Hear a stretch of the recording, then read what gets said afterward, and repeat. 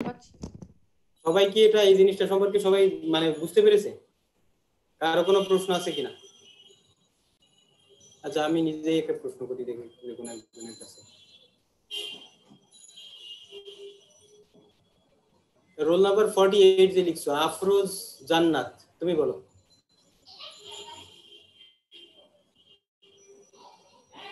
Roll number 48, Afroz জান্নাত।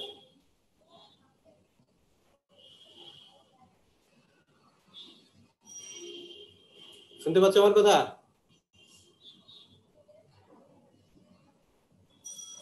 তোমরা কি অন করে দিয়ে রেখে চলে যাও নাকি অন্য অন্য কাজে চলে যাও নাকি?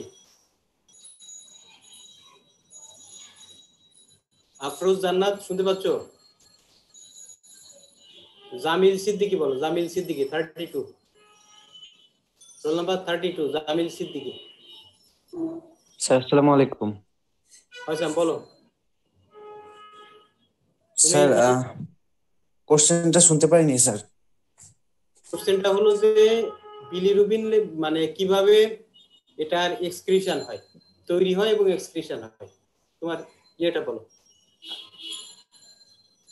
স্যার স্যার বিলিরুবিনটা হচ্ছে আরবিসি তে যে হিমোগ্লোবিন থাকে ওইটা ব্রেকডাউনের মাধ্যমে তৈরি হয়। তো ওইটা হচ্ছে ব্লাড থেকে ওইটা হচ্ছে কিডনির মাধ্যমে ইউরোবিলিনেশনের হয়ে হচ্ছে এক্সক্রিশন হয়। আর হচ্ছে জিআইটি তে হচ্ছে ফিসেস এর না, মাধ্যমে এটা হচ্ছে কিন্তু হলো না, স্টার্কোবিলিনোজেন। এটা কিন্তু হলো না। ইউরোবিলিনোজেন জিনিসটা কি, কোত্থেকে আসে ইউরোবিলিনোজেন?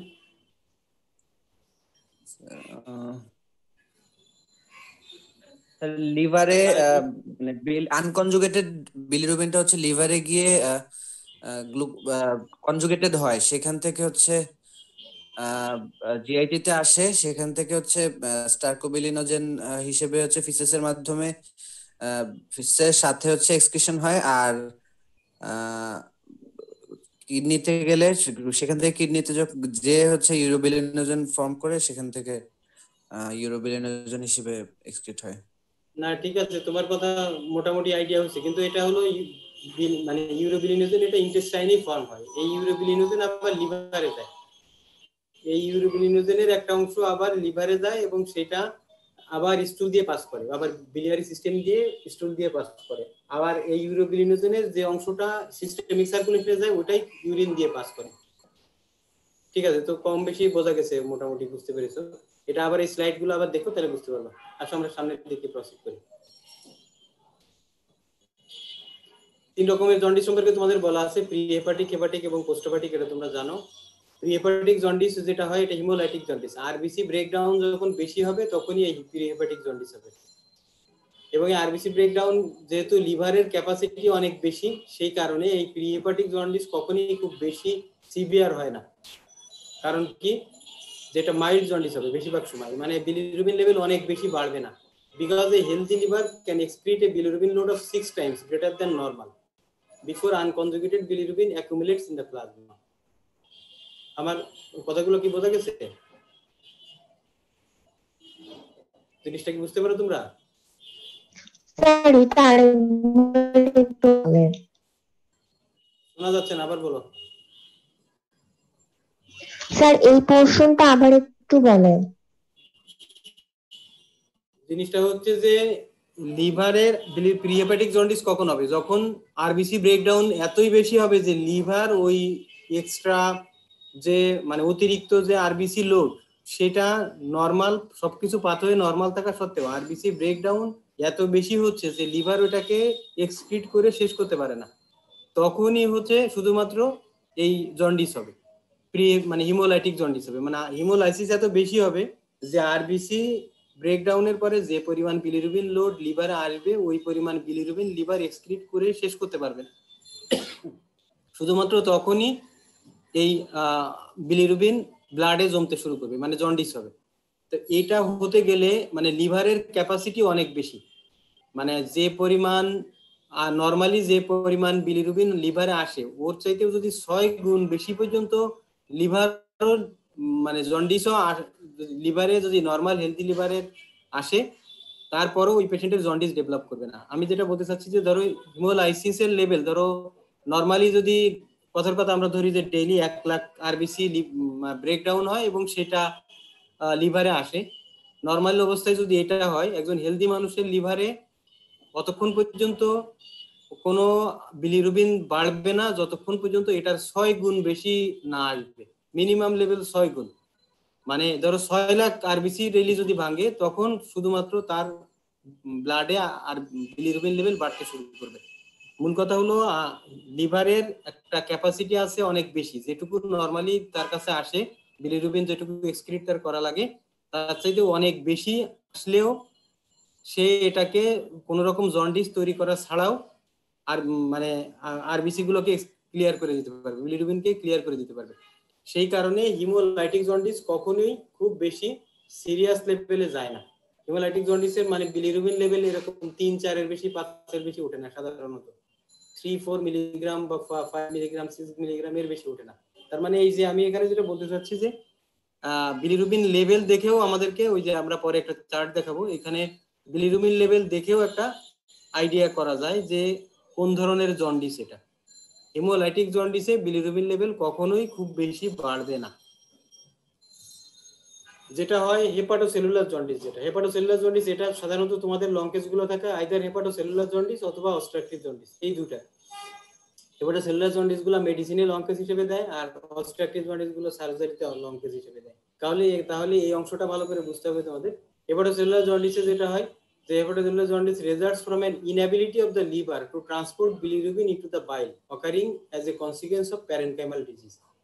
মানে এইখানে যেটা যে আরবিসি ব্রেকডাউন লেভেল নরমাল আছে, বেশি ব্রেকডাউন হচ্ছে তা না, কিন্তু যে এই নরমাল আরবিসি ব্রেকডাউনের ফলে যে বিলিরুবিন তৈরি হচ্ছে ওইটাকে এক্সক্রিট করে দেওয়ার জন্য লিভারের যে ক্যাপাসিটি দরকার সেটা লিভারের নাই, মানে liver itself is disease.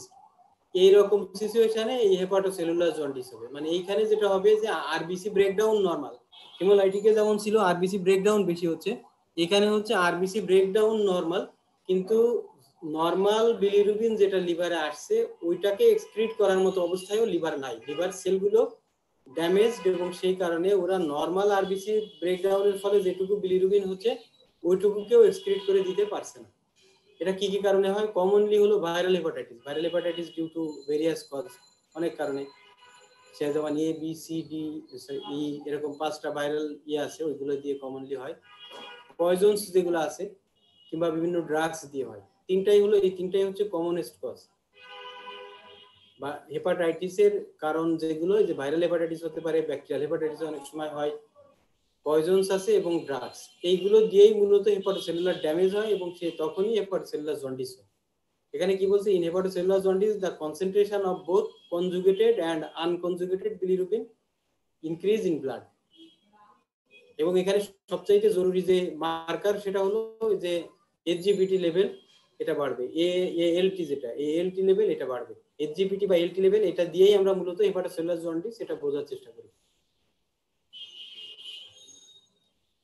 R পোস্টহেপাটিক jaundice হচ্ছে যে এখানে লিভার ঠিক আছে, এখানে আরবিসি ব্রেকডাউনও ঠিক আছে, কিন্তু সমস্যা হচ্ছে যে পাথওয়ে যেটা দিয়ে লিভার মানে বিলিরুবিন কনজুগেটেড বিলিরুবিন গুলো পাস করে ইন্টেস্টাইনে, ওই পাথওয়ের মধ্যে কোনো জায়গাতে অবস্ট্রাকশন। তার মানে হলো লিভার বাইল ডাক্ট থেকে, বাইল ডাক্ট বা কমন হেপাটিক কমন বাইল ডাক্ট কিংবা ইন্ট্রাহেপাটিক ডাক্ট এখান থেকে শুরু করে ডিউডেনাম পর্যন্ত এই রাস্তার মধ্যে কোনো একটা জায়গাতে তার মানে জন্ডিসের মানে অবস্ট্রাকশন আছে। অবস্ট্রাকশন থাকার জন্য নরমাল লেভেল আরবিসি ব্রেকডাউন হচ্ছে, আর মানে হেপাটোসেলুলার কোনো সমস্যাও নাই, কিন্তু যেটুকু নরমাল বিলিরুবিন তৈরি হচ্ছে ওইটাই বেরোতে পারছে না। বেরোতে না পারার কারণে এটা আবার ব্যাক করে যাচ্ছে ব্লাডে, এবং তখনই ব্লাডে বিলিরুবিন লেভেল বেড়ে যাচ্ছে। এটাই হলো হেপাটোসেলুলার জন্ডিস। তাহলে এই পর্যন্ত যদি আমরা আসি যে 3 প্রকার জন্ডিসের ডিফারেন্স, এটা আমার মনে হয় তোমাদের এতদিনে মানে বুঝতে পারার কথা। এখন আসলে যে অবস্ট্রাকটিভ জন্ডিসের কি কি কজ আছে, আমরা কমন কজগুলোই মনে রাখবো, সব কজ মনে রাখার দরকার নেই। কমনেস্ট হচ্ছে কোলিটোকোলিথিয়াসিস এবং কার্সিনোমা। কার্সিনোমার মধ্যে আছে অনেকগুলো, যেমন carcinoma of the head of the pancreas, ampullary অথবা periampullary carcinoma, bile duct carcinoma যেটাকে বলে কোলাঞ্জিও কার্সিনোমা, আর একটা হচ্ছে metastatic deposit of the porta hepatis. আর এখন যেটা খুব কমনলি পাওয়া যায় traumatic biliary atresia, biliary stricture. Parasitic infestation বিশেষ করে বাংলাদেশের বরিশাল বেল্টে অনেক বেশি, এবং ক্রনিক প্যানক্রিয়াটাইটিস, এগুলো হচ্ছে common cause of obstructive jaundice.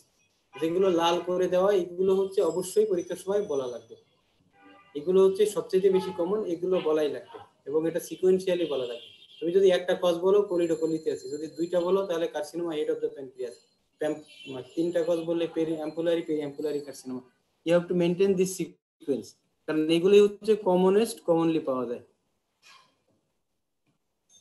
এটা আমরা যদি একটুখানি এখানে করার চেষ্টা করি, দেখো যে হিমোলাইটিক জন্ডিস ছিল যে লিভারে আসার আগে, লিভারে কোনো ডিজিজ, সেটা হলো হেপাটোসেলুলার জন্ডিস, এবং এই পাথওয়ের মধ্যে কোনো জায়গাতে অবস্ট্রাকশন, সেটা হচ্ছে গিয়ে অবস্ট্রাকটিভ জন্ডিস। এবং কি কি কারণে এই অবস্ট্রাকশন গুলো হতে পারে এখানে তার যে দেওয়া আছে, এটা বাইল ডাক্ট ক্যান্সার, পোর্টা হেপাটিসের ক্যান্সার, তারপরে stone, carcinoma head of the pancreas, এইগুলো এখানে ছবিতে দেওয়া আছে আর কি। এই পর্যন্ত কে কে বুঝতে পারেনি বলো, কারো কোনো প্রশ্ন আছে কিনা এই পর্যন্ত?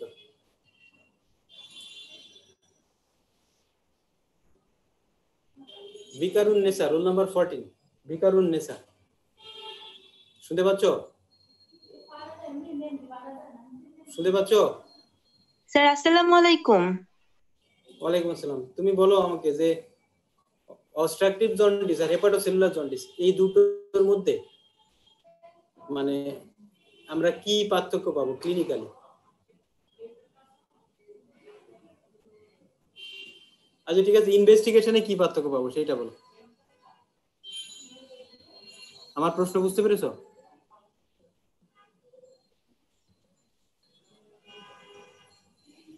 প্রশ্নটা বুঝতে পারো কি? মেকানিজমের পার্থক্য কি? অবস্ট্রাকটিভ জন্ডিস এবং হেপাটোসেলুলার জন্ডিস দুইটার মেকানিজমের পার্থক্য কি? কোথায় কোন ক্ষেত্রে কি হয়?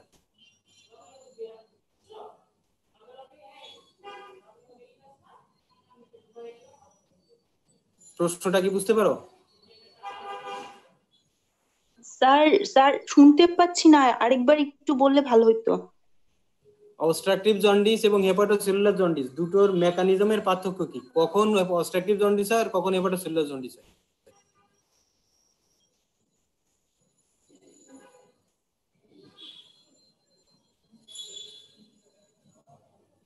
প্রশ্ন শুনতে পাও?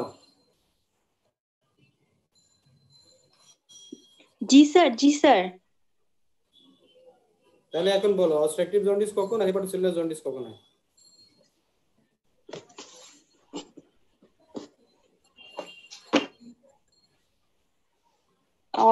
স্যার হেপাটোসেলুলার জন্ডিস হবে লিভার সিরোসিসের কারণে। লিভার সিরোসিসের কারণে?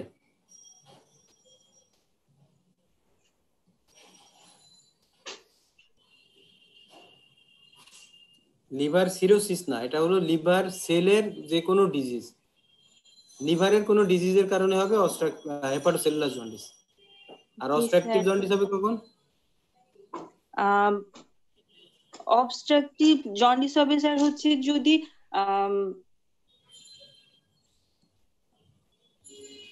স্যার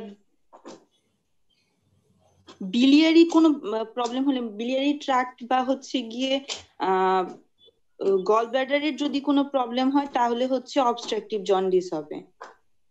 গল ব্লাডারের সঙ্গে কি বিলিয়ারি ট্র্যাক্টের সম্পর্ক খুব বেশি? গল ব্লাডারের চেয়ে তো বাইরে, এটার সঙ্গে এটাতে সমস্যা হলে তো অবস্ট্রাকটিভ জন্ডিস হবে? হতে পারে, সেটা অনেক লেট। গল ব্লাডার কিন্তু এই বিলিয়ারি সিস্টেমের বাইরে, তাই না? বাইরে মানে এটা আলাদা একটা ডাক্ট দিয়ে কানেক্টেড, মানে এইটা গল ব্লাডারের সমস্যার জন্য অবস্ট্রাকটিভ জন্ডিস হওয়াটা সহজ না। অবস্ট্রাকটিভ জন্ডিস হবে হচ্ছে এই লাইনের মধ্যে, হবেই যে না তা না, কিন্তু এটা কমন কজ না। কমন হলো যে এই বিলিয়ারি সিস্টেমের মধ্যে, বিলিয়ারি ট্র্যাক্টের মধ্যে কোনো সমস্যা হলে তখন অবস্ট্রাকটিভ জন্ডিস হবে। সেটা হতে পারে স্টোন দিয়ে, সেটা হতে পারে বাইল ডাক্টের ক্যান্সার, হতে পারে এই যে অ্যাম্পুলা, এই যে বাইল ডাক্ট তো প্যানক্রিয়াজের মধ্যে দিয়ে যায়, এই প্যানক্রিয়াজের এই হেড যেটা, এই হেডের মধ্যে দিয়ে তো বাইল ডাক্ট যায়, তাহলে হেডের জি মধ্যে স্যার। প্যানক্রিয়াটিক হেডের মধ্যে যদি কোনো ক্যান্সার হয়, কিংবা ধরো অন্য কোনো জায়গার ক্যান্সার এসে এই যে পোর্টা হেপাটিস যেখান দিয়ে অনেক লিম্ফ নোড আছে, এখানে কমনলি মেটাস্ট্যাসিস হয়, মেটাস্ট্যাটিক লিম্ফ নোড গুলো যদি বাইল ডাক্টকে প্রেসার দেয়, তখন এই এই ঘটনাগুলো ঘটবে, মানে অবস্ট্রাকটিভ জন্ডিস হবে। বোঝা গেছে? জি স্যার। ঠিক আছে, এখন আসলে পরে এই চ্যাপ্টারটা আমি একটু তোমার এই স্লাইডটা একটু বোঝার চেষ্টা করো, সবাই একটু খুব কেয়ারফুলি বোঝার চেষ্টা করো, কারণ এটা দিয়ে এটা যে শুধু পরীক্ষার সময় লাগবে তা না, এটা তোমার মানে ক্লিনিশিয়ান যদি তুমি হও, সে মেডিসিন হোক, সার্জারি হোক, গাইনি হোক, যে সাবজেক্টেরই হোক, এই জিনিসগুলো সম্পর্কে তোমাকে চিরকালই ফেস করা লাগবে। তাহলে সেটা কি কি? এখানে দেখো কয়েকটা প্যারামিটার আছে, অনেকগুলোর মধ্যে আমি তিনটাকে কালো করে দিয়েছি, বোল্ড করে দিয়েছি। এই তিনটা হলো বেশি জরুরি, এই তিনটা মনে রাখাই লাগবে। বাকিগুলো তুমি মনে রাখতে পারো না পারো, এই তিনটা অবশ্যই মনে রাখা লাগবে। তাহলে একটা হচ্ছে কি, 3 রকম জন্ডিসের মধ্যে, যেমন হেমোলাইটিক, হেপাটোসেলুলার এবং অবস্ট্রাকটিভ, এই 3 রকম জন্ডিসের মধ্যে কোনটায় কি পার্থক্য দেখো। সিরাম বিলিরুবিন লেভেল, আমরা তো কমনলি রোগী জন্ডিস হলে আমরা বলি যে আচ্ছা বিলিরুবিন টেস্ট করেন। একটা 3-4টা পরীক্ষা আমরা কমনলি করি, একটা হচ্ছে বিলিরুবিন, একটা হচ্ছে এসজিবিটি বা একটা এএলটি, আর একটা হচ্ছে এএসটি, এসজিওটি বা এএসটি, আর একটা হচ্ছে অ্যালকালাইন ফসফেট। এই 4টা পরীক্ষা আমরা কমনলি করি, প্রত্যেক রোগীকেই করা হয়। তাহলে এই 4টা সম্পর্কে তোমার খুব ভালো করে জানা থাকা লাগবে। এর মধ্যে দেখো দুটো একটা বন্ধনীর মধ্যে দেওয়া, একটা এই যে ট্রান্সঅ্যামাইনেজ এটার মধ্যে দেওয়া, এই দুটো একটা জিনিসকে ইন্ডিকেট করে, সেটা হলো লিভার। আর এই যে বিলিরুবিন লেভেল যেটা, এখানে দেখো দুটো ফ্র্যাগমেন্ট আছে, একটা হচ্ছে আনকনজুগেটেড এবং একটা হচ্ছে কনজুগেটেড। এখন আনকনজুগেটেড বিলিরুবিন লেভেল এইটা কখন বাড়বে? একজন বলো তো দেখি, আনকনজুগেটেড বিলিরুবিন লেভেল কখন বাড়বে? স্যার হেপাটোসেলুলারের ক্ষেত্রে। আনকনজুগেটেড বিলিরুবিন বাড়বে হেপাটোসেলুলারের ক্ষেত্রে সবচেয়ে সরি বেশি। স্যার, হেমোলাইটিকের ক্ষেত্রে আনকনজুগেটেডটা পারবে। ভেরি গুড, ভেরি গুড, এবার ঠিক আছে। তাহলে দেখো আনকনজুগেটেড বিলিরুবিন লেভেল হিমোলাইটিক জন্ডিসে বেশি হবে। এখন আমার প্রশ্ন হলো, দেখি লিজন বলো, লিজন, লিজন শুনতে পাচ্ছ? লিজন,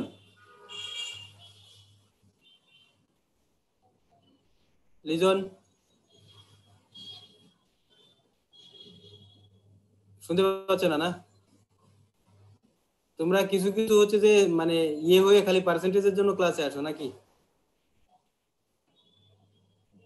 মানে এটাতে ইয়ে করে লগ ইন করে তারপরে আবার অন্য জায়গায় কাজে কর্মে চলে যাও। লিজনকে খুঁজে পাওয়া যাচ্ছে না। আচ্ছা ঠিক আছে, বলো নাদেরা রেজওয়ান, নাদেরা রেজওয়ান শুনতে পাচ্ছ? হ্যালো স্যার, আসসালামু আলাইকুম। জি স্যার। আচ্ছা আচ্ছা, বলো তুমি যে আনকনজুগেটেড বিলিরুবিন কেন হেমোলাইটিক জন্ডিসে কেন আনকনজুগেটেড বিলিরুবিন লেভেল বেশি হবে?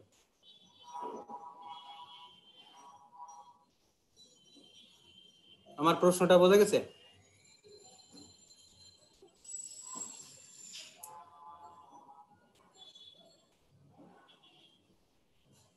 হেমোলাইটিক জন্ডিসে কেন আনকনজুগেটেড বিলিরুবিন লেভেল বেশি হবে, কেন কনজুগেটেড লেভেল বেশি হবে না?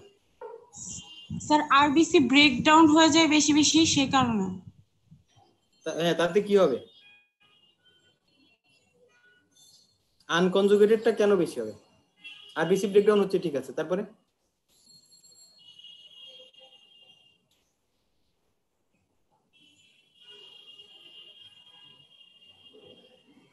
বুঝতে পারো না নাকি পারো? আরবিসি ব্রেকডাউন হলে তারপরে সেটা কি হয়, সিকোয়েন্সটা কি, কেন এটা আনকনজুগেটেড বেশি হয়, কেন কনজুগেটেড বেশি হয় না?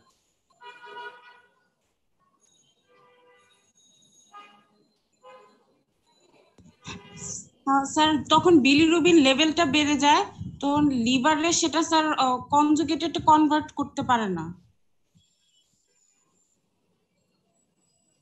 আচ্ছা ঠিক আছে, ব্যাপারটা অনেকটা ঠিকই আছে, অনেকটা অনেকটা সেরকমই। আমি আবার একটু জিনিসটা ইয়ে করি, সেটা হলো যে যখন বিলিরুবিন মানে আরবিসি ব্রেকডাউন বেশি হবে, তখন তো এই যে আনকনজুগেটেড বিলিরুবিন গুলোই প্রথমে ব্লাডে আসবে, এটা মানে অ্যালবুমিনের সঙ্গে বাইন্ড করে লিভারে যাবে। লিভারে যেটা যাবে এটা তো কনজুগেটেড হওয়ার পরে ওইটা তো যেহেতু তার মানে বিলিয়ারি চ্যানেল ঠিক আছে, কাজে যেটা লিভারে কনজুগেটেড হবে ওটা তো মানে ইয়ে দিয়ে স্টুল দিয়ে বের হয়ে যাবে, ফলে ওইটা ব্লাড পর্যন্ত আসবে না। ব্লাডে আর বেশি থাকবে হলো যেটা আনকনজুগেটেড, শুধু সেটাই, মানে যেটা এখনো লিভারে ঢুকতে পারেনি, হেপাটোসাইটের মধ্যে যেগুলো ঢোকার চান্স পাচ্ছে না, ওরাই হলো শুধুমাত্র ব্লাডে প্রেজেন্ট করবে। যেটা একবার হেপাটোসাইট ধরে ফেলবে, কনজুগেট করে ফেলবে, সেটা তখন তো বের হয়ে যাবে। ফলে ওদের ক্ষেত্রে আনকনজুগেটেড বিলিরুবিন লেভেলটাই বেশি পাওয়া যাবে কনজুগেটেড এর চাইতে। ঠিক আছে, এখন আমাকে আরেকজন বলো দেখি, সুমাইয়া, সুমাইয়া রুম কি রোল 40? সুমাইয়া, সুমাইয়া শুনতে পাচ্ছ? জি স্যার, আসসালামু আলাইকুম স্যার। আচ্ছা, তুমি বলো হেপাটোসাইট মানে হেপাটোসেলুলার জন্ডিসে কোনটা বেশি পাওয়া যাবে, আনকনজুগেটেড না কনজুগেটেড? স্যার স্যার কোশ্চেনটা বুঝি নাই স্যার। হেপাটোসেলুলার জন্ডিসে কোন বিলিরুবিন লেভেল বেশি পাওয়া যাবে, কনজুগেটেড নাকি আনকনজুগেটেড?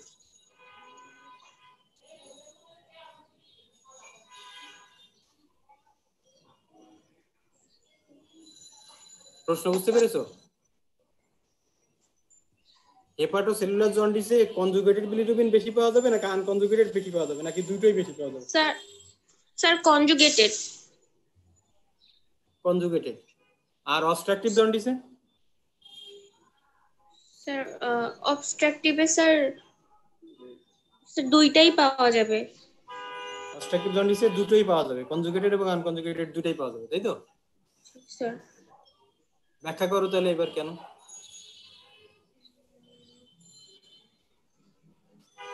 কেন অবস্ট্রাকটিভ জন্ডিসে দুটোই বেশি পাওয়া যাবে আর কেন হেপাটোসেলুলারে কনজুগেটেড বেশি পাওয়া যাবে, ব্যাখ্যা করো।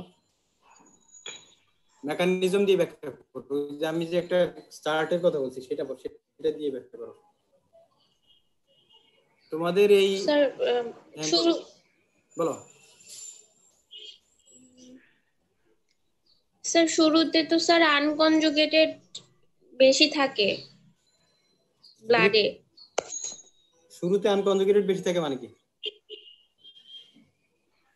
স্যার লিভারে হচ্ছে স্যার আনকনজুগেটেড বিলিরুবিনটা বেশি থাকে পরিমাণে, কনজুগেটেড হতে স্যার অনেক বেশি সময় লাগে। কেন সেরকম হবে কেন? তুমি জিনিসটা বুঝতে পারো না মনে হয়। আচ্ছা ঠিক আছে, আর একজনকে বলি দেখি, প্রমা বিশ্বাস 44, প্রমা বিশ্বাস তুমি বলো তোমার কি মত। জি স্যার।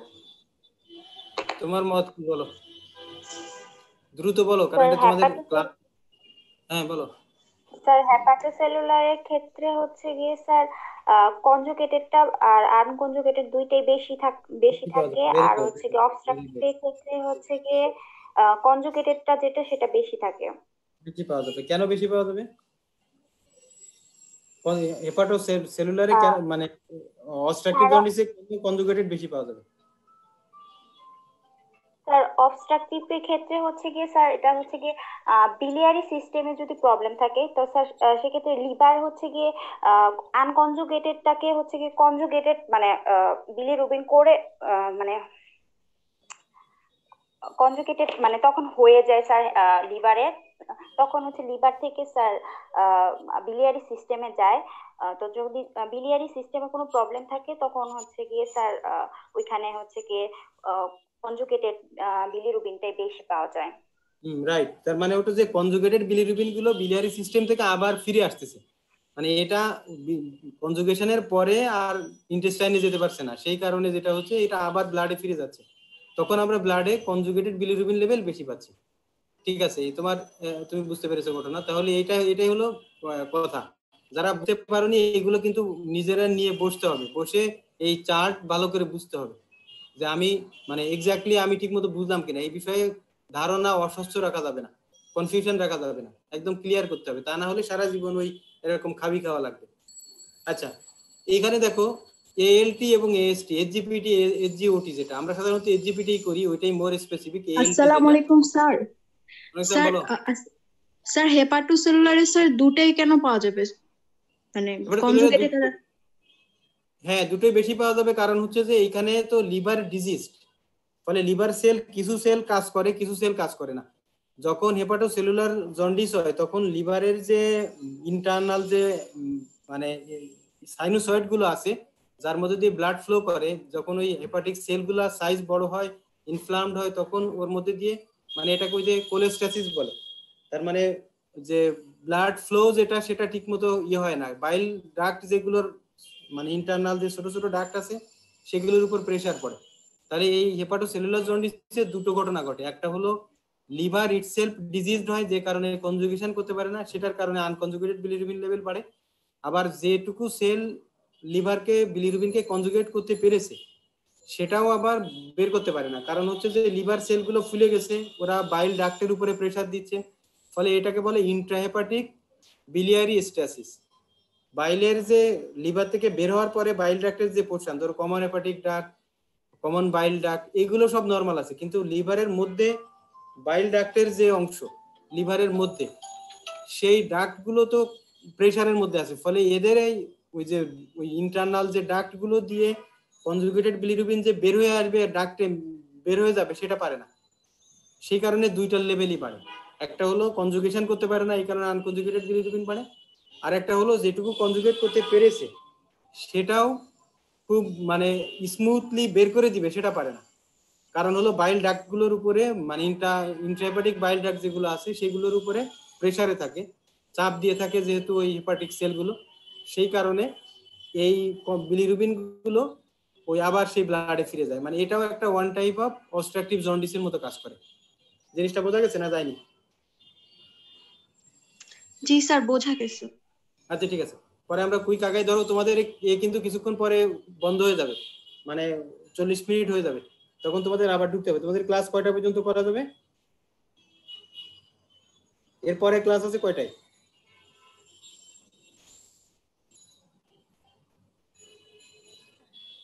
তোমাদের এরপরে ক্লাস আছে কয়টায় মাওয়া? জি স্যার। স্যার এরপরে স্যার একটাই ক্লাস আছে। ও, এর মাঝখানে আর ক্লাস নাই তাই তো? না স্যার। আচ্ছা, তাহলে যদি একটু সময় লাগে তাহলে তো অসুবিধা নেই। আচ্ছা ঠিক আছে, তোমরা এরপরে যখন লাইন কেটে যাবে আবার এই লিংক দিয়ে আবার ঢুকবে, ঠিক আছে? আচ্ছা ঠিক আছে, এরপরে তাহলে আসো আমরা প্রসিড করি সামনে। এই যে এসজিপিটি এসজিওটি যেটা, এটা শুধুমাত্র হেপাটোসেলুলার জন্ডিসেই বেশি পাওয়া যাবে, হেপাটোসেলুলার জন্ডিসে এটা বেশি পাওয়া যাবে এসজিপিটি এসজিওটি। আর অ্যালকালাইন ফসফেটেজ যেটা স্পেসিফিক ফর অবস্ট্রাকটিভ জন্ডিস। তাহলে তিনটা কথা মনে রাখো, বিলিরুবিন লেভেল 2 বাড়বে, কিন্তু আনকনজুগেটেড বিলিরুবিন বেশি পাওয়া যাবে হিমোলাইটিকে, আর কনজুগেটেড বিলিরুবিন বেশি পাওয়া যাবে অবস্ট্রাকটিভে। হেপাটোসেলুলারে দুইটাই বেশি পাওয়া যাবে, এসজিপিটি এসজিওটি এই দুইটা বেশি পাওয়া যাবে হচ্ছে হেপাটোসেলুলার জন্ডিসে। আর অ্যালকালাইন ফসফেটেজ লেভেল এটা বেশি পাওয়া যাবে অবস্ট্রাকটিভ জন্ডিসে। আমি তোমাদেরকে একটা কথা বলি, যে কোনো জন্ডিসের পেশেন্টেরই কিন্তু কম বেশি, যেমন এসজিপিটি এসজিওটি এটা হেপাটোসেলুলারেও যেমন বাড়ে, অবস্ট্রাকটিভ জন্ডিসেও কিছু কিছু বাড়তে পারে। আবার অ্যালকালাইন ফসফেটেজ অবস্ট্রাকটিভে যেমন বাড়ে, হেপাটোসেলুলারেও কিছু কিছু বাড়তে পারে। আমাদের দেখতে হবে মানে সিগনিফিকেন্ট বেশি কোনটা, সিগনিফিকেন্ট বেশি যেটা ওই দিকে আমাদেরকে চিন্তা করতে হবে। যেমন ধরো এসজিপিটি এসজিওটি এটা যদি নর্মালি এটা 40 ইউনিট, তো সেইখানে এটা ধরো যদি অনেক বেশি হয় 500 600 200 300 হয়ে গেছে, তাহলে বুঝতে হবে যে এটা লিভার ডিজিজ। আবার ধরো অ্যালকালাইন ফসফেটেজ এটা যে লেভেল, এটা যদি 3 গুণ 4 গুণ বেড়ে যায়, বুঝতে হবে এটা অবস্ট্রাকটিভ জন্ডিস। সামান্য বাড়া কিন্তু কম এইদিকে ওইদিকে সব দিকেই হতে পারে। বেশি কোনটা বেড়েছে, সিগনিফিকেন্টলি কোনটা বেড়েছে, সেটাই হলো গিয়ে আমাদের মানে আমরা তখন ওই দিকেই ইয়ে করবো যে এটা এই কারণে হচ্ছে, ঠিক আছে? এরপরে দেখো আরেকটা, যে গামা গ্লুটামাইল ট্রান্সফারেজ এটাও করা হয়, এটা বেশি পাওয়া যায় অবস্ট্রাকটিভ জন্ডিসে, এটাও কখনো কখনো করা হয়, সবসময় করা হয় না। এইখানে দেখো দুটো ইয়ে আছে, একটা হলো ইউরিনারি বিলিরুবিন আর একটা ইউরিনারি ইউরোবিলিনোজেন। এইগুলো সাধারণত করা হয় না, এগুলো করা হয় না। তুমি সহজে যদি মনে রাখো ইউরিনারি ইউরোবিলিনোজেনটা মনে রাখো, এটা মনে রাখা সহজ। ইউরোবিলিনোজেন এটা ইন্টেস্টাইনে যাওয়ার পরে তারপরে আবার ব্লাডে রিটার্ন করে, ইন্টেস্টাইন থেকে ঘুরে ব্লাডে আসতে হবে। তার মানে ইউরিনারি ইউরোবিলিনোজেন যদি ইউরিনে মানে না পাওয়া যায় তাহলে বুঝতে হবে যে এটা অবস্ট্রাকটিভ জন্ডিস, কারণ এটা এই বিলিরুবিন গুলো ইন্টেস্টাইন পর্যন্ত পৌঁছাইতে পারে নাই। এই একটা সিগনিফিকেন্স ইউরিনারি ইউরোবিলিনোজেনের আছে। তার মানে অবস্ট্রাকটিভ জন্ডিসে ইউরিনারি ইউরোবিলিনোজেন এটা পাওয়া যাবে না, খুব কম পাওয়া যাবে অথবা পাওয়াই যাবে না। কারণ হলো যে এই বিলিরুবিন গুলো ইন্টেস্টাইনে না পৌঁছাইলে ইউরোবিলিনোজেন ব্লাডে আসবে না, মানে ইউরোবিলিনোজেন পাওয়া যাবে না। ঠিক আছে, তাহলে এইটা একটা মনে রাখতে পারো। আদারওয়াইজ ওই উপরের 3-4টা কথা মনে রাখলেই হবে, নিচের গুলো তুমি যদি ভুলে যাও। শুনতে পাচ্ছ নাকি? শুনতে পাচ্ছি। আচ্ছা ঠিক আছে, আসো দ্রুত আমরা সামনে প্রসিড করি। তাহলে এই 4টা মনে রাখতে হবে, এটা হলো জরুরি কথা। বিলিরুবিন, এসজিপিটি, এসজিওটি এবং অ্যালকালাইন ফসফেট, এই 4টা কোনটায় কখন বাড়ে, কিভাবে বাড়ে, ডিটেইল তোমাদেরকে জানা লাগবে। এটা মনে রাখলে পরে হবে। এখানে একটা ম্যানেজমেন্টের একটা আছে, কোন ধরনের জন্ডিসে কি ম্যানেজমেন্ট সেটা একটা স্লাইড আছে, জাস্ট এটা সামারাইজ করা। জন্ডিস হলে আমরা যখন এটা 3 ভাগে ভাগ করে ফেললাম, হিমোলাইটিক, হেপাটোসেলুলার এবং অবস্ট্রাকটিভ জন্ডিস। হিমোলাইটিক এবং হেপাটোসেলুলার এই দুইটা সার্জারির বিষয় না। হেপাটোসেলুলার জন্ডিস মোস্টলি এটা মেডিসিনের লোকেরা ডিল করে এবং এখানে বেড রেস্টই হলো মূল চিকিৎসা। কি কারণে হয়েছে সেগুলো চিকিৎসা করতে হবে। আর হিমোলাইটিক জন্ডিস এটা হেমাটোলজিস্টদের কাজ, ওরা কেন বাড়লো আর বেশি ব্রেকডাউন কেন বেশি হচ্ছে এরা এইগুলো করবে, এটা নিয়ে আমাদের তেমন হেডেক নেই। অবস্ট্রাকটিভ জন্ডিস যেটা, এইখানে কি মানে কি কারণে অবস্ট্রাকশন হয়েছে সেটা বের করতে হবে এবং ওই অনুযায়ী চিকিৎসা করতে হবে, এটাই হচ্ছে আমাদের কাজ। আমরা আসলে সেটা নিয়ে একটু আলোচনা করি। অবস্ট্রাকটিভ জন্ডিস এখানে কয়েকটা টার্ম আছে, পরীক্ষার সময় খুব কমনলি জিজ্ঞাসা করে। একটা হচ্ছে দেখো পেইনফুল ইন্টারমিটেন্ট জন্ডিস। আমরা যখন হিস্ট্রিতে বলবো এই জন্ডিসের ডেসক্রিপশনের সময় তোমাকে এই শব্দগুলো ইউজ করা লাগে। তো যখন তুমি হিস্ট্রিতে বলবা পেইনফুল ইন্টারমিটেন্ট জন্ডিস, তার মানে তুমি এটা শুরুতেই তুমি বলে দিচ্ছ এটা একটা সিবিডি স্টোন তোমার ডায়াগনোসিস। তাহলে এই শব্দগুলো স্পেসিফিক্যালি প্রিজার্ভ। তাহলে তোমার হিস্ট্রিতে এই শব্দগুলো এরকম ভাবে হিস্ট্রিটা সাজাতে হবে যেন তোমার এই শব্দগুলো আসে, তোমার ডায়াগনোসিস যেটা সেই অনুযায়ী জন্ডিসের ডেসক্রিপশন আসতে হবে। আমি আবারও বলি, লং কেসের হিস্ট্রি বলার সময় তুমি যদি শুরুতে বলো পেইনফুল ইন্টারমিটেন্ট জন্ডিস আর তোমার ডায়াগনোসিস যদি হয় ধরো অন্য কিছু আদার দেন স্টোন, তাহলে কিন্তু সেই হিস্ট্রি মানে হবে না, অ্যাপ্রোপ্রিয়েট হবে না, পরীক্ষায় পাস নিয়ে টানাটানি লাগবে। তাহলে তোমাকে যেমন তুমি যদি বলো যে একটা পেশেন্টের পেইনলেস প্রোগ্রেসিভ জন্ডিস, তার মানে তুমি আসলে বলতে চাচ্ছ যে তার আসলে একটা ম্যালিগন্যান্সি আছে, carcinoma head of the pancreas অথবা কোলাঞ্জিও কার্সিনোমা অথবা যে কোনো একটা কিছু। তুমি যদি বলো পেইনলেস ফ্লাকচুয়েটিং জন্ডিস, তার মানে তুমি বলতে চাচ্ছ আসলে পেরিয়াম্পুলারি কার্সিনোমা। এগুলো প্রত্যেকটাই এই ডিজিজের জন্য স্পেসিফিক। এই ধরনের টার্মিনোলজি গুলো, এই জন্ডিসের এই টার্মিনোলজি গুলো স্পেসিফিক ফর দিস ডিজিজ। তাহলে তুমি কোন দিকে যাচ্ছ জন্ডিস বলার সময় তোমাকে সেই একেবারে অ্যাপ্রোপ্রিয়েট এই শব্দগুলোই উচ্চারণ করতে হবে। আমার কথা কি বোঝা গেছে? তোমরা আমার কথা বুঝতে পারো কিনা? জি স্যার। একেবারে এই শব্দগুলোই বলতে হবে। যেমন তুমি পেইনফুল ইন্টারমিটেন্ট জন্ডিস মানে এটা স্টোন, পেইনলেস প্রোগ্রেসিভ জন্ডিস মানে এটা একটা ম্যালিগন্যান্সি, পেইনলেস ফ্লাকচুয়েটিং জন্ডিস মানেই হলো এটা একটা পেরিয়াম্পুলারি কার্সিনোমা। কথা খুবই সহজ, মুখস্থ করে ফেলতে হবে একেবারে।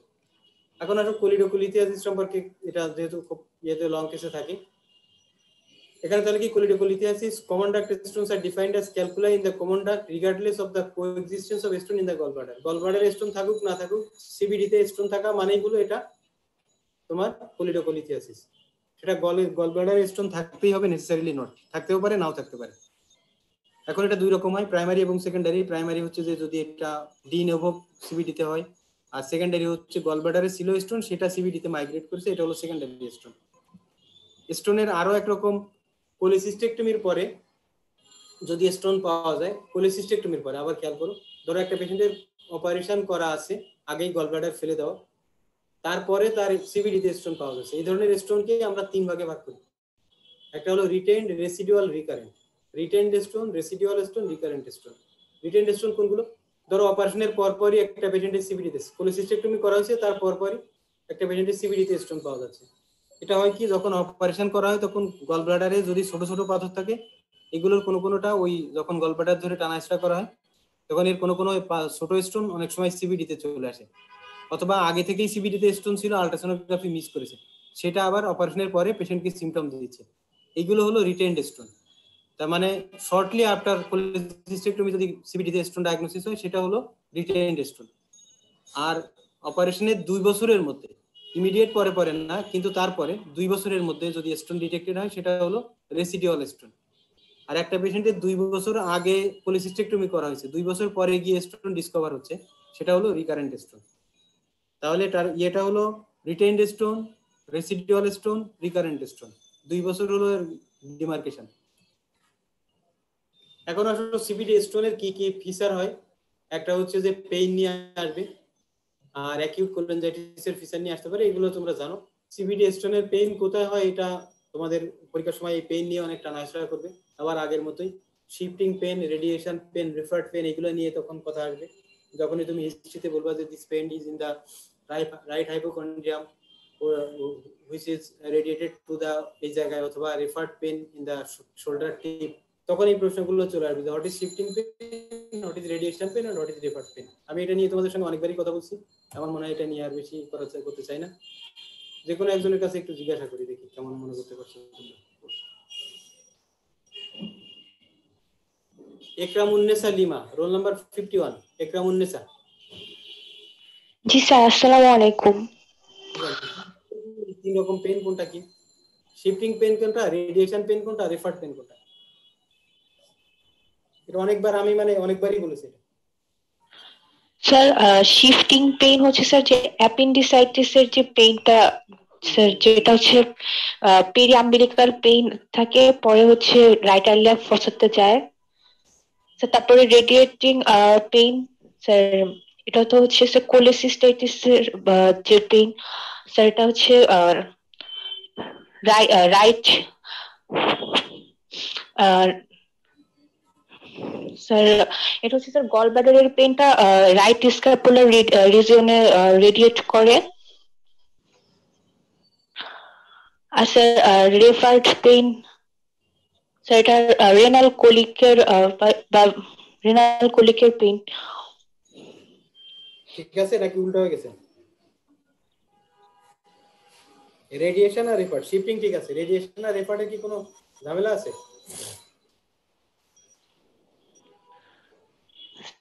ঠিক আছে, একটু উল্টো হয়ে গেছে। আচ্ছা ছবি দেখো, ঠিক আছে দেখো।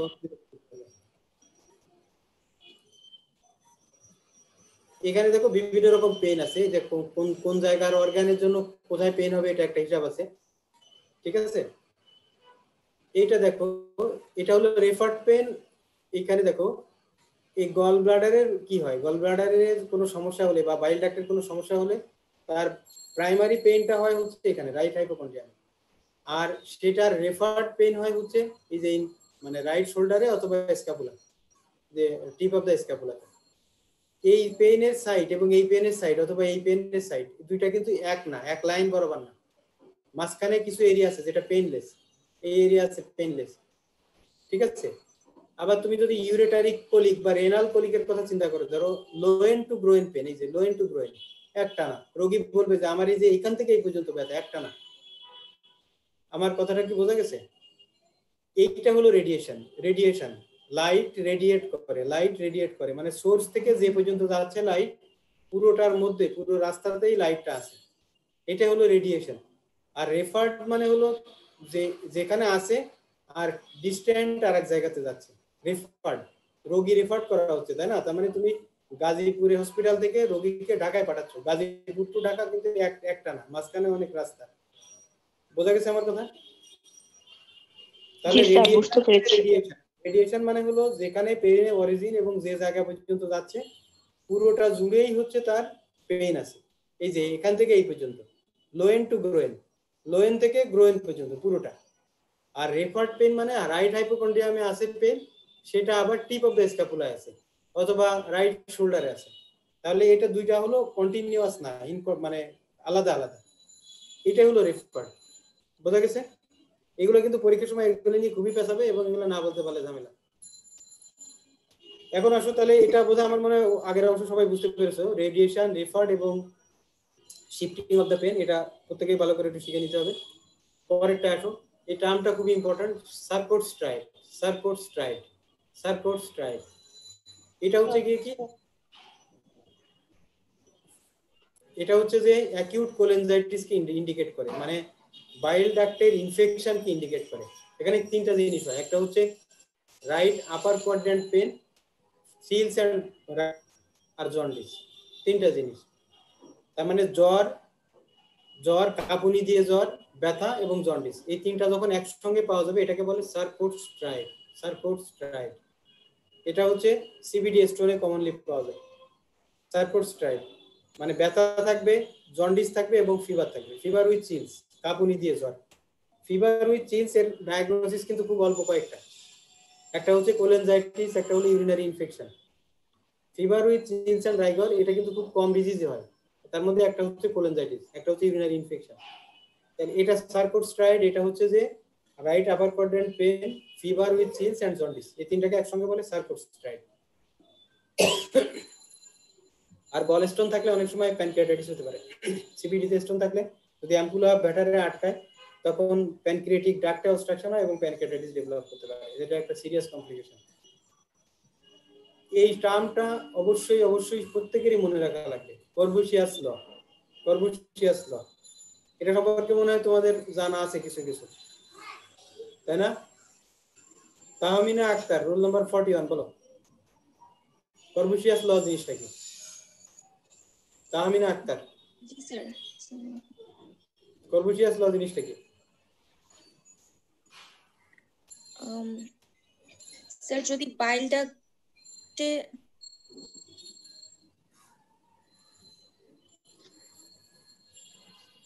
কর্বুশিয়াস ল এটা খুব ইম্পর্টেন্ট। স্যার বলতে পারতেছেন না স্যার। কে বলতে পারবে? এনিওয়ান? মাওয়া?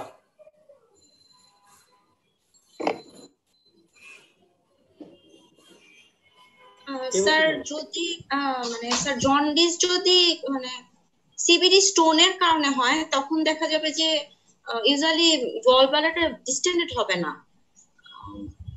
আর যদি স্যার কার্সিনোমার ক্ষেত্রে তখন হচ্ছে স্যার ডিস্টেন্ডেড হয়ে যাবে। হ্যাঁ ঠিক আছে, রাইট রাইট রাইট। আচ্ছা তাহলে এখন আমাকে একজন বলো যে এটার ব্যাখ্যাটা কি, দেখি কাকে কাকে। ছেলেদের মধ্যে কি শুধু জামিল আছে না আর কেউ নাই? রোল নাম্বার 23 নুসরাত, তুমি বলো কেন এটা হয়? ও যে বললো যে সিবিডি স্টোনে গলব্লাডার পালপেবল হবে না, আর ম্যালিগন্যান্সির কারণে যদি জন্ডিস হয় তাহলে গলব্লাডার পালপেবল হবে, এটার ব্যাখ্যা কি বলো নুসরাত? Roll number 23।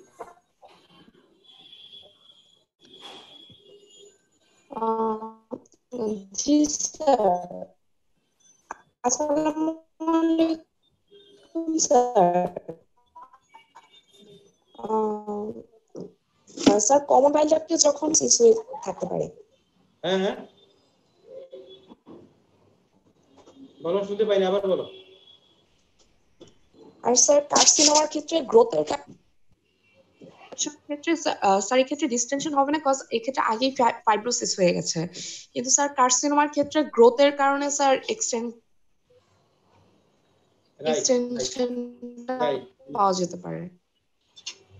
সাধারণত ধরে নেওয়া হয় যে সিবিডি স্টোন এটা আসছে হলো গলব্লাডার থেকে, এটা হলো কমন, মানে সেকেন্ডারি স্টোনটাই হলো কমন। তো যেহেতু গলব্লাডারে স্টোন আগেই হয়েছিল, কাজে গলব্লাডার মানে ক্রনিক ইনফ্লামেশনের কারণে এটা ফাইব্রোসড হয়ে গেছে, ফলে ওই স্টোন যখন সিবিডিতে আসবে সেটা আর ওই গলব্লাডারকে ডিস্টেন্ড করার মতো অবস্থায় তখন থাকবে না গলব্লাডার। কিন্তু ম্যালিগন্যান্সিতে তো এটা আগে থেকে গলব্লাডার হেলদি ছিল, ধরো carcinoma head of the pancreas কিংবা কোলনজিওকার্সিনোমা, যে কারণেই হোক গলব্লাডার তো আগে থেকে হেলদি ছিল, ফলে যখনই এখানে একটা ডাক্ট ব্লক হবে তখন গলব্লাডারটা ডিস্টেন্ডেড হয়ে ওই প্রেসারটাকে রিলিজ করার চেষ্টা করবে সিবিডির উপরে। এটাই হচ্ছে কর্বুশিয়াস ল। তার মানে মূল কথা হলো একটা পেশেন্টের তুমি ক্লিনিক্যালি জন্ডিস পাচ্ছ আবার পালপেবল গলব্লাডার পাচ্ছ, তাহলে আমাদেরকে চিন্তা করতে হবে যে এটা সাডেন কোন অবস্ট্রাকশনের কারণে হচ্ছে। তার মানে this is maybe due to a case of malignancy, this maybe due to a case of malignancy. কিন্তু যখন এটা স্টোন আছে আবার গলব্লাডার পালপেবল না, আমরা সাধারণত ধরে নেই যে এটা সিবিডি স্টোনের কারণে, মানে স্টোনের কারণে। জন্ডিস আছে কিন্তু গলব্লাডার পালপেবল না, আমরা ধরে নেই এটা, তার মানে এটা হলো স্টোনের কারণে। আরো অনেক ফাইন্ডিংস আছে, যেমন পেইনফুল সিভিডি স্টোন তো থাকলে পেইনফুল জন্ডিস হবে, আর ম্যালিগন্যান্সি হলে পেইনলেস জন্ডিস হবে। তো সেগুলো অনেক পয়েন্ট, কিন্তু এটা কর্বুসিয়াস ল এটা একটা আগের দিনে তো আসলে ইনভেস্টিগেশনের এত হেল্প ছিল না, তখন বেশিরভাগ সময় ক্লিনিক্যাল ফাইন্ডিংস এর উপরে জোর দেওয়া হতো, সেই থেকেই আসলে এই ঘটনাগুলো আসছে, এই যে লটা গুলো আসছে মূলত এই কারণে। এবং সেটাই কিন্তু পরীক্ষার সময় তোমাদের কাছে জিজ্ঞাসা করা হয় যে what is Courvoisier's law, what is Charcot's right. এখন আসো এই যে কর্বুসিয়াস ল এর উপরে এই ছবিটা এখানে দেওয়া আছে, দেখো যে এখানে বলছে কি in a patient with jaundice if there is a palpable gallbladder this is not due to stone. স্টোনের কারণে যদি হয় আসলে গলব্লাডার এই যে ফাইব্রোটিক গলব্লাডার এটা পালপেবল হবে না, কিন্তু এটা যদি ম্যালিগন্যান্সির জন্য হয় তাহলে এটা গলব্লাডার পালপেবল হবে। এটাই হচ্ছে মূল কথা। ছবিগুলো দেখলে তোমরা আরেকটু মনে রাখতে পারবে। আসলে পরে আমরা সামনের দিকে আগাই। ল্যাবরেটরি ইনভেস্টিগেশন এগুলো আমরা অলরেডি কথাবার্তা বলছি। বিলিরুবিন লেভেল কখন, যেমন এই যে অ্যাকিউট কোলিসিস্টাইটিস উইদাউট কোলিডোকোলিথিয়াসিস, এখানে বিলিরুবিন লেভেল খুবই কম বাড়ে, আর কোলিডোকোলিথিয়াসিসের জন্য বাড়ে কিন্তু সেটা অনেক বেশি বাড়ে না। অনেক বেশি বাড়ে হচ্ছে যখন obstructive jaundice due to malignancy হয়। ম্যালিগন্যান্সির জন্য অবস্ট্রাকটিভ জন্ডিস যেগুলো, এগুলোতে বিলিরুবিন লেভেল অনেক বাড়ে, অনেক বেশি বাড়ে। দুইটাই অবস্ট্রাকটিভ জন্ডিস, স্টোনের জন্য ম্যালিগন্যান্সির জন্য, কিন্তু স্টোনের জন্য যে বিলিরুবিন লেভেল এটা অনেক বেশি বাড়ে না। কিন্তু obstructive jaundice due to malignancy এটাতে বিলিরুবিন লেভেল 15, 20, 30 পর্যন্ত আমি দেখছি। অ্যালকালাইন ফসফেটেজ লেভেল আমরা বলছি এটা হলো most sensitive measure for obstruction. এটা অনেক বেশি যদি বাড়ে তাহলে আমরা ধরে নেব যে this is due to obstructive jaundice. SGPT level যদি অনেক বেশি বাড়ে তাহলে আমরা এটা চিন্তা করব যে এটা হচ্ছে গিয়ে লিভার হেপাটোসেলুলার জন্ডিস। একটা মিনিট, আমি একটু তোমাদেরকে চার্জ করে দিই। বাবা বাবা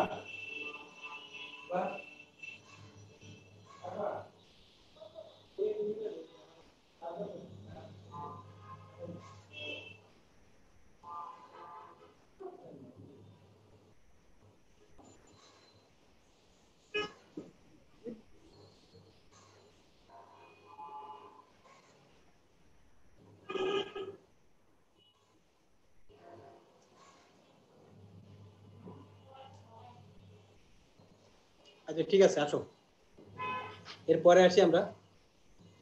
এখানে টোটাল সেল কাউন্ট মানে যদি অনেক বেশি পাওয়া যায় তাহলে আমাদের ধরে নিতে হবে যে এটা মানে ইনফেকশন আছে, অর্থাৎ কোলেনজাইটিস ডেভেলপ করেছে। মূলত আমরা এরপরে যেটা করি যে আলট্রাসোনোগ্রাফি করি।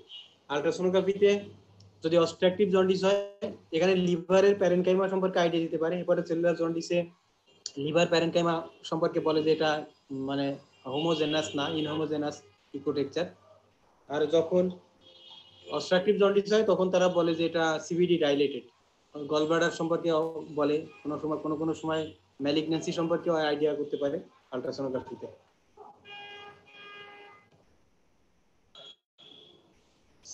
অবস্ট্রাকটিভ জন্ডিস ডায়াগনোসিস করার জন্য সবচাইতে বেস্ট মেথড হচ্ছে গিয়ে এমআরসিপি করা। এমআরসিপি একটা পরীক্ষা, ম্যাগনেটিক রেজোনেন্স কোলাঞ্জিও প্যানক্রিয়েটোগ্রাম। এটা কিন্তু পরীক্ষার সময় তোমাদেরকে এই শব্দগুলো লং কেস যাদের পড়বে তাদেরকে এগুলো বলা লাগবে। তাহলে আমরা ইনভেস্টিগেশনের মধ্যে প্রথমে একটা আলট্রাসোনোগ্রাফি করে দেখব, এখানে কমন বাইল ডাক্ট সিভিডি ডাইলেটেড পাওয়া যাবে। কনফার্ম করার জন্য যে কেন ডাইলেটেড এটা কনফার্ম করার জন্য আমরা মেথড অফ চয়েস হচ্ছে কি এমআরসিপি।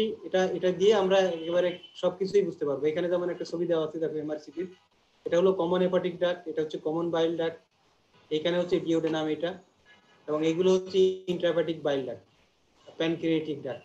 এই যে রাইট আর লেফট হেপাটিক ডাক্ট, আর এখানে এইদিকে পাওয়া যাবে প্যানক্রিয়েটিক ডাক্ট। তো এইগুলো হচ্ছে তোমার ইনভেস্টিগেশন। আমরা যদি মানে সন্দেহ করি যে এটা একটা carcinoma head of the pancreas তাহলে সেক্ষেত্রে আমাদেরকে সিটি স্ক্যান করা লাগবে। সিটি স্ক্যানে কার্সিনোমা অফ দ্য প্যানক্রিয়াস সম্পর্কে ডিটেল আইডিয়া ওরা দিতে পারবে। তাহলে এমআরসিপি ছাড়া আর যেটা করা যায় সেটা হচ্ছে ইআরসিপি হচ্ছে এটা একটা ইনভেসিভ প্রসিডিউর, মানে একটা টিউব মুখের মধ্যে দিয়ে ঢুকাইতে হয়, তারপরে ডিওডেনামের সেকেন্ড পার্টে গিয়ে ওইখানে মেজর ডিওডেনাল প্যাপিলা দিয়ে, এই যে এটা টিউবটা ঢুকানো হচ্ছে মুখের মধ্যে দিয়ে, এখানে মেজর ডিওডেনাল প্যাপিলা এখান দিয়ে গিয়ে এই সিভিডির মধ্যে তখন ডাই দেয়, ডাই দিলে তখন দেখা যায় যে কোথায় সমস্যা হচ্ছে। এখানে যেমন দেখাচ্ছে এটা হলো সিভিডির মধ্যে এই জায়গাটাতে ন্যারোইং আছে এটা। তাহলে আমরা ইনভেস্টিগেশনের মধ্যে বললাম যে কি কি ইনভেস্টিগেশনের মধ্যে আমরা কি কি বলবো, একটা হচ্ছে আলট্রাসোনোগ্রাফি, একটা হচ্ছে এমআরসিপি, আর যদি কোনো carcinoma head of the pancreas সন্দেহ করি তাহলে আমরা CT scan of the abdomen করব। আর যদি ইআরসিপি করা হয় কখন, যখন এমআরসিপির ফেসিলিটিস না থাকে অথবা সিবিডি স্টোন থাকে তখন। এআরসিপি সম্পর্কে পরে আরো আসবে, আমরা তখন সেটা নিয়ে কথা বলবো। এখানে দেখো এটা হলো ইআরসিপি, এই যে টিউবটা মুখের মধ্যে ঢোকানো হয়েছে এটা হলো ডিউডেনাম, এটা মেজর ডিউডেনাল প্যাপিলা। এইখানে এই যে ডাই, এটার মধ্যে একটা প্রোব আছে, এটা দিয়ে সিবিডির মধ্যে এই যে সিবিডির মধ্যে এটা এখানে একটা দেখো বাস্কেট আছে, এই যে বাস্কেট দিয়ে স্টোন ধরে নিয়ে আসা হয়, এটা হচ্ছে গিয়ে হেপাটিক ডাক্ট। আর এইখানে আছে গলব্লাডার। তাহলে এই যে সিবিডির মধ্যে এই ওয়্যার দিয়ে মানে গাইড ওয়্যার দিয়ে, এটা ওয়্যার দিয়ে বাস্কেট দিয়ে স্টোন ধরে বের করে আনা, এটাই হলো ইআরসিপি। তাহলে ইআরসিপি একই সঙ্গে ডায়াগনস্টিক এবং থেরাপিউটিক, আর এমআরসিপি হলো শুধুমাত্র ডায়াগনস্টিক। ইআরসিপিটা হচ্ছে গিয়ে এটা ইনভেসিভ প্রসিডিওর, মানে এটা তোমার পেশেন্টের অ্যানেস্থেসিয়া দেওয়া লাগে, এটা মুখের মধ্যে টিউব ঢোকানো লাগে। এমআরসিপিতে এসব কিছু লাগে না। এখানে দেখো ইআরসিপি, এটা ইআরসিপির মধ্যে এখানে এই যে কালোগুলো হচ্ছে স্টোন, এই যে এটা টিউব ঢুকাইছে ডিওড্রামের মধ্যে, এইগুলো হচ্ছে স্টোন। তোমরা কি আমার কথা শুনতে পাচ্ছ নাকি বুঝতে পারো কিনা? স্যার শুনতে পাচ্ছি। তাহলে আমরা যদি স্টোনের কথা চিন্তা করি, সিবিডি স্টোন লং কেসে, তাহলে আমাদের এই পর্যন্তই আসবে যে ইনভেস্টিগেশন এইভাবে আমরা ডিফারেন্সিয়েট করব, এইভাবে ডায়াগনোসিস কনফার্ম করব এবং এইভাবে আমাদের তাদের চিকিৎসা করব। তাহলে এখন সিবিডি স্টোনের বা সিবিডি যে কোনো অবস্ট্রাকটিভ জন্ডিসের যদি অপারেশন লাগে, তাহলে অপারেশনের আগে কিছু প্রিপারেশন নিতে হয়, প্রিকশন নিতে হয়। তাহলে আসলে আমরা সেগুলো সম্পর্কে একটু আলাপ করি। Pre operative preparation for obstructive jaundice patient কি কি? অবস্ট্রাকটিভ জন্ডিসে কি হয়? অবস্ট্রাকটিভ জন্ডিসে যেহেতু বাইল ইন্টেস্টাইনে যেতে পারে না, সেই কারণে ভিটামিন কে ডিপেন্ডেন্ট যে ক্লটিং ফ্যাক্টর গুলো আছে, সেগুলো যেহেতু যারা লিভারে তৈরি হয়, সেই ক্লটিং ফ্যাক্টর গুলো মানে ঘাটতি পড়ে যায়। যখনই এই ক্লটিং ফ্যাক্টর গুলোর ঘাটতি পড়বে, তখনই যেটা হবে যে তার ব্লিডিং এর রিস্ক বাড়বে, অপারেশনের সময় ব্লিডিং এর রিস্ক বাড়বে, কারণ কোয়াগুলেশন ঠিক মতো হবে না। সেই ক্ষেত্রে আমাদের কি করতে হবে, এই ধরনের পেশেন্ট গুলো অপারেশনের আগে আমরা প্রোথ্রম্বিন টাইম দেখি। প্রোথ্রম্বিন টাইম দিয়ে ভিটামিন কে ডিপেন্ডেন্ট ক্লটিং ফ্যাক্টরের ডেফিসিয়েন্সি আছে কিনা বোঝা যায়। প্রোথ্রম্বিন টাইম একটা পরীক্ষা আছে, ওই পরীক্ষাটা দিয়ে আমরা দেখি ওইটা নরমালি 16 পর্যন্ত অ্যাকসেপ্টেবল। যদি এটা বেশি থাকে, সেই ক্ষেত্রে আমরা অপারেশনের আগে intramuscular injection of vitamin K দেওয়া হয়। এটা পরপর 3 দিন দেওয়া হয়, ভিটামিন কে ইনজেকশন দেওয়া হয়, দিয়ে এই ভিটামিন কে ডেফিসিয়েন্সি যেটা আছে সেটা ফিল আপ করা হয়। তাহলে একটা হচ্ছে যে ক্লটিং এ অ্যাবনরমালিটি হবে, ক্লটিং অ্যাবনরমালিটির জন্য আমাদের ভিটামিন কে ডেফিসিয়েন্সি যেটা আছে সেটাকে আগেই কারেকশন করতে হবে। এটা ক্লটিং ফ্যাক্টর ডেফিসিয়েন্সি আছে কি নাই সেটা বোঝার জন্য আমরা পরীক্ষা করি, সেটা ওই যে আমরা বললাম, সেটা করে ভিটামিন কে ইনজেকশন দিয়ে আগে পেশেন্টকে রেডি করা লাগবে। এটা গেল একটা প্রিপারেশন। সেকেন্ড যেটা সমস্যা, এই ধরনের পেশেন্টদের একটা সমস্যা তৈরি হয় অপারেশনের সময়, সেটা হলো গিয়ে কি রেনাল ফেলিওর ডেভেলপ করে, অ্যাকিউট রেনাল ফেলিওর ডেভেলপ করে। সেটাকে বলে হেপাটো রেনাল সিনড্রোম। টার্মটা মনে রাখতে হবে, হেপাটো রেনাল সিনড্রোম। লিভারের সমস্যার জন্য যখন রেনাল ফেলিওর ডেভেলপ করে, সেটাকে বলে হেপাটো রেনাল সিনড্রোম।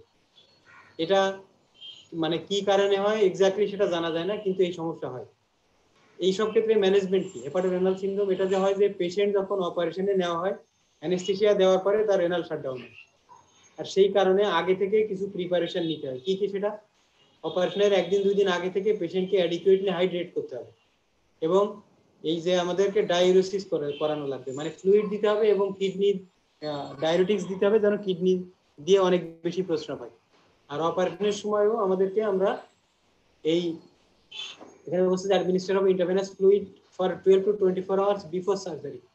আর অপারেশনের সময় কি করতে হবে, এই যে ম্যানিটল দিতে হয়, মানে অপারেশনের সময়ও ডায়ালিসিস করা লাগবে, এবং ইউরিন আউটপুট ঠিকমতো হচ্ছে কি হচ্ছে না এটা দেখার জন্য ক্যাথেটারাইজ করা লাগবে। তাহলে হেপাটো রেনাল সিনড্রোম সম্পর্কে আমাদেরকে অবশ্যই মাথায় রাখতে হবে। তাহলে দুটো জিনিস ইম্পর্টেন্ট আমরা বললাম, একটা হলো ক্লটিং ফ্যাক্টর গুলো ঠিক ঘাটতি আছে কিনা সেটা দেখতে হবে। সেটা দেখার জন্য আমরা প্রথ্রম্বিন টাইম করি, এবং যদি প্রথ্রম্বিন টাইম বেশি থাকে আমরা তখন ইনজেকশন ভিটামিন কে আইএম দিয়ে নেই। আর একটা হলো পেশেন্টকে অ্যাডিকুয়েটলি হাইড্রেট করতে হবে এবং খেয়াল রাখতে হবে রেনাল ফেলিওর হচ্ছে কি হচ্ছে না। আরেকটা হলো এই ধরনের পেশেন্টদের যেহেতু ইনফেকশনের ঝুঁকি বেশি, অ্যান্টিবায়োটিক দিতে হবে।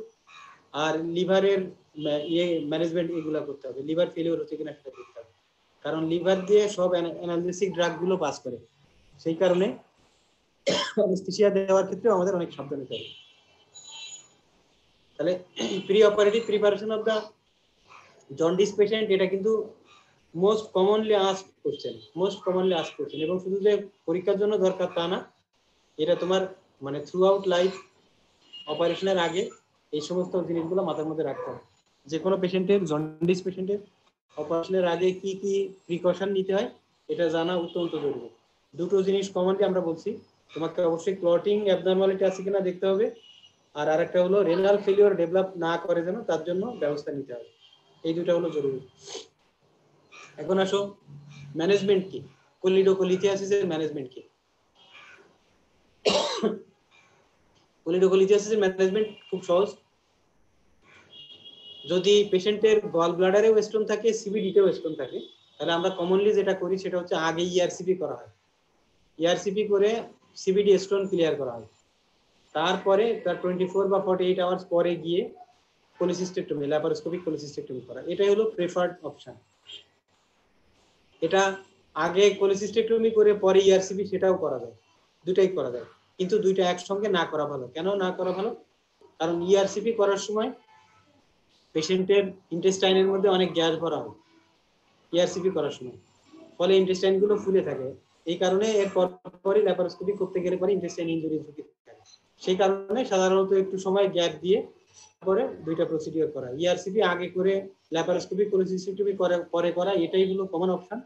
আবার যদি কেউ মনে করে আমি আগে ল্যাপারোস্কোপি করে নেবো পরে ইআরসিপি করবো, সেটাও করা যেতে পারে, কিন্তু এটা কমনলি করা হয় না। এটা গেল একটা অপশন, এটা হলো বেস্ট অপশন যদি গল ব্লাডার এবং বাইল ডাক্ট দুই জায়গাতেই স্টোন থাকে।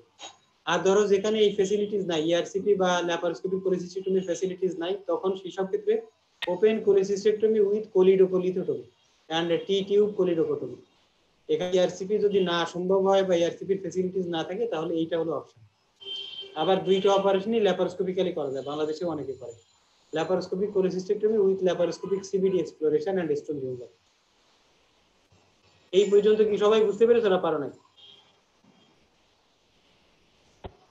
স্যার ইআরসিপি থেকে যে কোনো সাইজের স্টোন রিমুভ করা যাবে? না, করা যাবে না। ইআরসিপির ওই যে বাস্কেট দেখালাম, যে ওই বাস্কেটে অনেক বড় সাইজের পাথর ঢোকে না। আমি তোমাদেরকে আগে একটা ছবি দেখালাম না, এই যে বাস্কেট, যেটা এই যে ডরমিয়া, এটাকে বলে ডরমিয়া বাস্কেট। এই যে এটা, এই বাস্কেটে অনেক বড় সাইজের পাথর স্টোন ধরবে না, এটা ধরে তারপরে তো টানতে হবে। তো অনেক বড় পাথর যদি হয়, এটা এর মধ্যে ঢুকবে না, ফলে ওই বড় পাথরগুলো এটা ওরা ইআরসিপি করে আনতে পারে। বোঝা গেছে? তাহলে যেখানে ইআরসিপি ফেল করবে বা যেখানে ইআরসিপি পসিবল না, ওই সব জায়গাতে তখন তোমাকে ওই ওপেন অপারেশনে যাইতে হবে।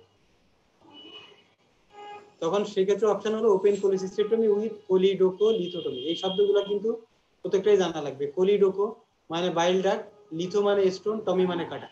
তাহলে বাইল ডাক্ট কেটে স্টোন বের করা, এটা হলো কোলিডোকোলিথোটমি। ঠিক আছে? টি টিউব অনেক সময় দেওয়া হয়, অনেক সময় দেওয়া হয় না, সবসময় যে দেওয়া হবে এরকম না।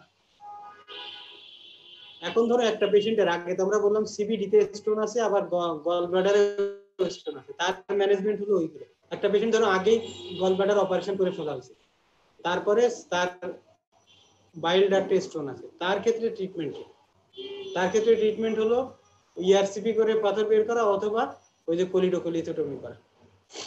পিটিসি একটা অপশন আছে, এটা তোমাদের জানা দরকার নেই, উপরে দুইটা মনে রাখলেই হবে। আমি এই পর্যন্ত একটু গ্যাপ নিতে চাই, এরপরে তোমাদেরকে carcinoma head of the pancreas সম্পর্কে পড়াবো। তার আগে এই পর্যন্ত যে বললাম, এর মধ্যে তোমাদের কার কি কি অপশন আছে, সেটা প্রশ্ন আছে, সেটা একটু বলো। স্যার ইআরসিপি এর কতদিন পরে ল্যাপারোস্কোপিক কোলিসিস্টেক্টমি করা যাবে? এটা সাধারণত 48 আওয়ার্স গ্যাপ দেওয়া হয়, মিনিমাম 48 আওয়ার্স। এটা পরপরই করা উচিত না, করা হয় না, মানে ইআরসিপির পরপরই গলব্লাডার মানে ল্যাব কোলিসিস্টেক্টমি করতে গেলে ওই ইন্টেস্টাইন ইনজুরি রিস্ক থাকে কোড করার সময়, সেই কারণে এটা ইমিডিয়েট পরপর করা হয় না। মেহেদি হক, রোল নাম্বার 18, মেহেদি হক, শুনতে পাচ্ছ? মেহেদি হক, শুনতে পাচ্ছ?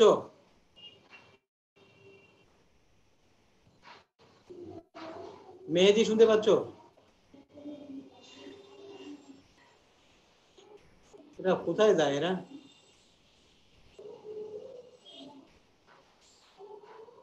মোহতাসিম, মোহতাসিম শুনতে পাচ্ছ? মোহতাসিম, আসসালামু আলাইকুম স্যার। ওয়ালাইকুম আসসালাম। তাহলে তুমি আসো, তাই তো? আচ্ছা বলো তো, অবস্ট্রাকটিভ জন্ডিসের পেশেন্ট, এটা অপারেশনের আগে কি কি বিষয় আমাদের করতে হবে? প্রিপারেশনে, প্রি অপারেটিভ প্রিপারেশনে কি কি বিষয় মাথায় রাখতে হবে?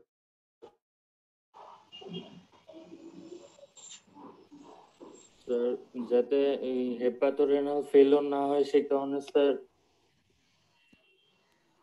প্রপারলি অপারেশনের আগে প্রপারলি হাইড্রেট করতে হবে, তারপর স্যার রেগুলারলি ডায়ালিসিস করতে হবে, অপারেশনের টাইমেও ডায়ালিসিস চালাতে হবে। হ্যাঁ, ভেরি গুড। এবং ইউরিন আউটপুট মনিটর করতে হবে, ভেরি গুড। আচ্ছা, আর একটা মিনিমাম বলা লাগবে, খুব ইম্পর্টেন্ট। স্যার ব্লিডিং ডিসঅর্ডার আছে কিনা স্যার? হ্যাঁ, ক্লটিং অ্যাবনরমালিটি আছে কিনা সেটা স্ক্রিন করতে হবে। সেটা কিভাবে করা হয়? প্রথম দিন টাইম যদি বেশি পাওয়া যায় তখন কি করতে হবে? Sir vitamin K supplementation, vitamin K injection দিতে হবে, ইনজেকশন। ঠিক আছে, আচ্ছা, ভেরি গুড, ভেরি গুড। আমরা কি আজকে carcinoma head of the pancreas কি আজকে করবো নাকি আরেকদিন করবো সেটা বলো।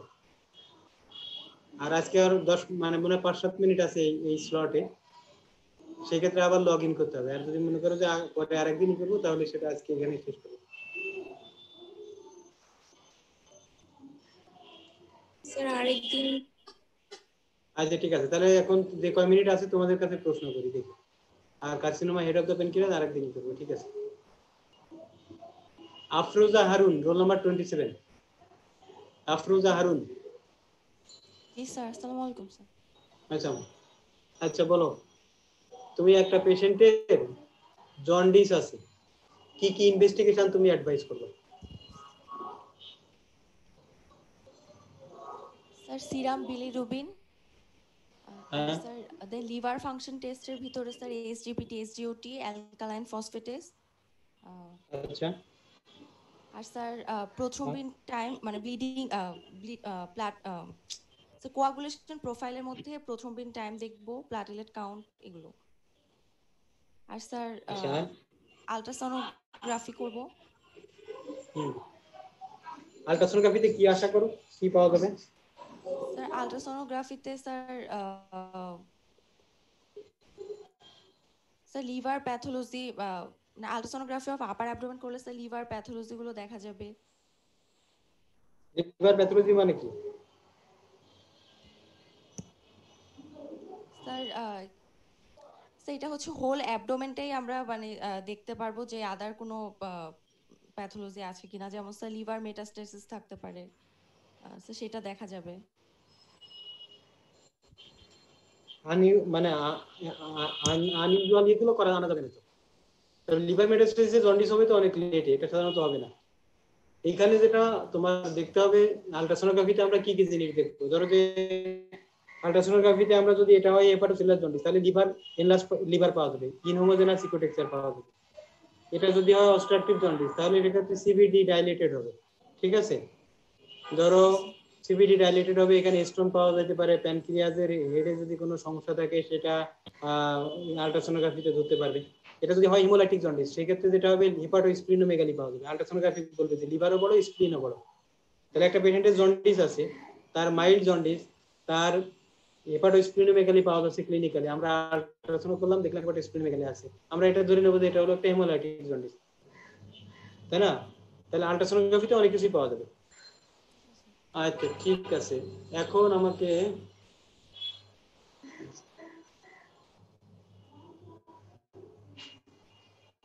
আনজির, আনজির, রোল নাম্বার 32, আনজির, শুনতে পাচ্ছ?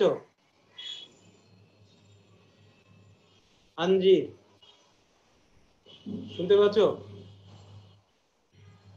ওয়ালাইকুম আসসালাম। তুমি আমাকে বলো তো দেখি, যে তোমার কোনো পেশেন্টের, একটা পেশেন্টের ধরো তোমার লং কেসে পড়েছে হলো যে অবস্ট্রাকটিভ জন্ডিস ডিউ টু ধরো কমন বাইল ডাক্ট স্টোন, তাহলে তোমার এই জন্ডিসের হিস্ট্রিটা তুমি কিভাবে বলবা? জন্ডিসের প্যাটার্নটা কি রকম হবে? তুমি হিস্ট্রি বলার সময় তোমাকে বলতে হবে যে জন্ডিস এরকম, সেটা কি রকম হবে? সিবিডি স্টোনের জন্ডিসটা কি রকম হয়?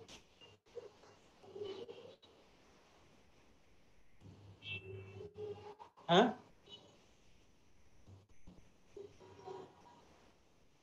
Good. Painful, painful intermittent jaundice, painful intermittent jaundice, very good, very good. এই পেইনটা কি রকম হবে?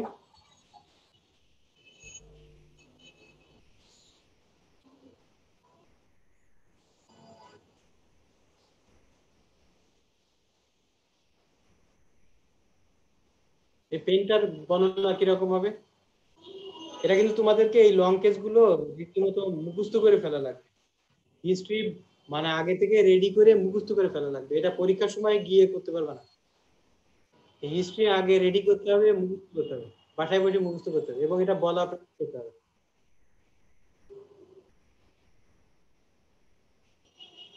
পেইন, হ্যাঁ, রেফার্ড পেইন থাকবে, ভেরি গুড, ঠিক আছে, ঠিক আছে। তাহলে এইগুলো কিন্তু আগে থেকে মুখস্থ করে রেডি করে যাইতে হবে, ঠিক আছে, ঠিক আছে। প্রিয়াঙ্কা, রোল নাম্বার 36, প্রিয়াঙ্কা, আসসালামু আলাইকুম স্যার। হয় স্যার, তুমি বলো, একটা পেশেন্টের গল ব্লাডারে স্টোন আছে, আবার সিবিডি তেও স্টোন আছে, সব পরীক্ষা নিরীক্ষা করেছো, সব মানে তোমার ডায়াগনোসিস মানে রেডি, সবকিছু রেডি, এখন এর ট্রিটমেন্ট কি দিতে চাও তুমি?